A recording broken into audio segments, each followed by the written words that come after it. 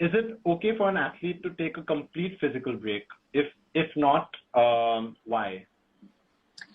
So, see, first of all, I mean, understanding all that we have from Varadayni's contribution to our chat today, that, there's a huge emotional and mental aspect to burnout as well.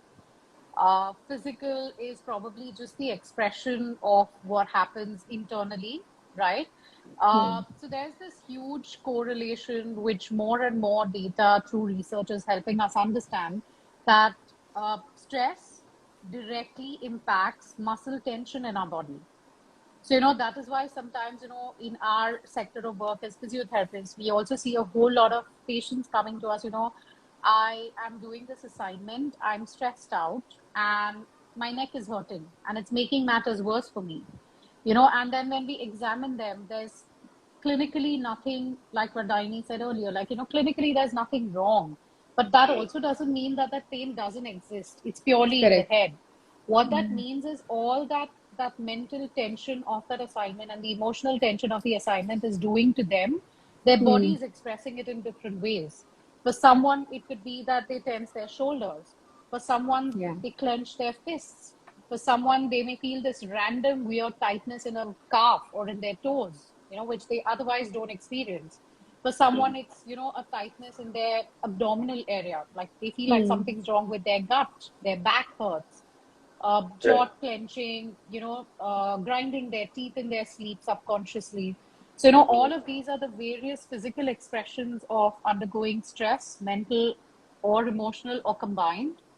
And somewhere in that, movement helps our body. So, from my perspective, what I would recommend an athlete is that your body, is so habituated to movement, right? Of a high intensity or sometimes moderate to sometimes mild, that if you give it an absolute complete break for a long period of time, there'll be, like more deterioration of the body in the sense of loss of the various fitness abilities that your body has gained by years of training. And then when you're trying to make a comeback, it might actually be more frustrating because now what's happening is your body is genuinely not helping you. Right. Yeah. So, I mean, again, like what Daini said, taking a small break, yes.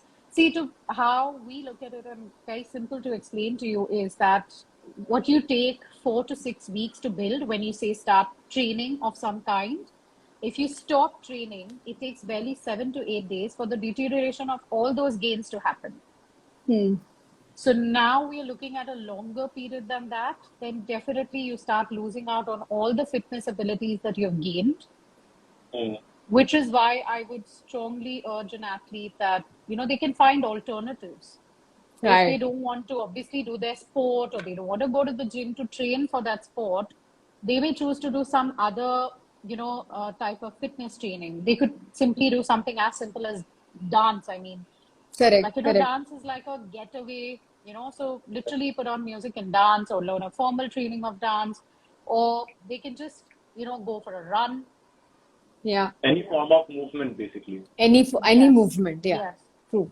Yes, absolutely.